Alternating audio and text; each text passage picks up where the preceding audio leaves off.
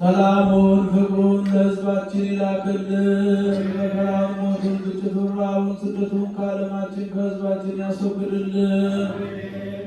ይህችን ቤተክርስቲያን በገንዘባቸው፣ በጉልበታቸው፣ በጉልበታቸው፣ በእውቀታቸው፣ በጸሎታቸው ጊዜ እያሰቡ የሚያገለግሉትን አገልጋዮቿን ካህናቱን፣ ዲያቆናቱን፣ ምዕመናኑን፣ ወንዶችንም ሴቶችንም በሕይወተ ሥጋ ይጠብቅልን።